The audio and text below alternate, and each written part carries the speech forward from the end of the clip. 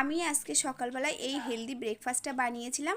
এটা হচ্ছে আপনারা স্ন্যাক্সেও ইউজ করতে পারেন, আর যারা হেলথ কনসাস তারা কিন্তু ডিনারেও ইউজ করতে পারেন। এটাতে আমি দিয়েছিলাম কিছুটা পরিমাণে গাজর আর পেঁয়াজ আর দুটো কাঁচা লঙ্কা ভালো করে চপ করে নিয়েছি।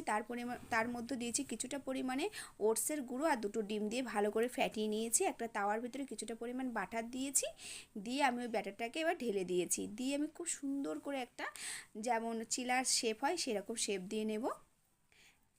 আপনারা মনে করলে কিন্তু এটা ঘিতেও করতে পারেন বা সর্ষের তেলেও করতে পারেন।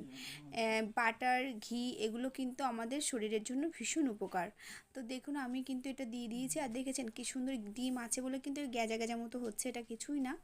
তো যাই হোক, তারপরে আমি এটা বানিয়ে নিয়েছি। নিয়ে আমার ঘরে একটা আমি চাটনি বানিয়ে নিয়েছিলাম। এটা হচ্ছে মৌফলি বা বাদামের চাটনি। এটা একদিন আমি কিভাবে বানিয়েছি আপনাদের সাথে শেয়ার করব নেক্সট দিন। তো তারপরে দেখুন আমি প্লেটটাকে সাজিয়ে নিয়েছি।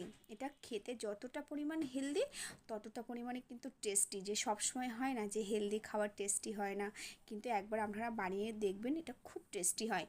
আর আমি সকালবেলায় কিছুটা পরিমাণে শসা আর ওই আমার হোমমেড চাটনিটা দিয়ে আমি সার্ভ করেছিলাম। তাহলে আজ আসি, টাটা।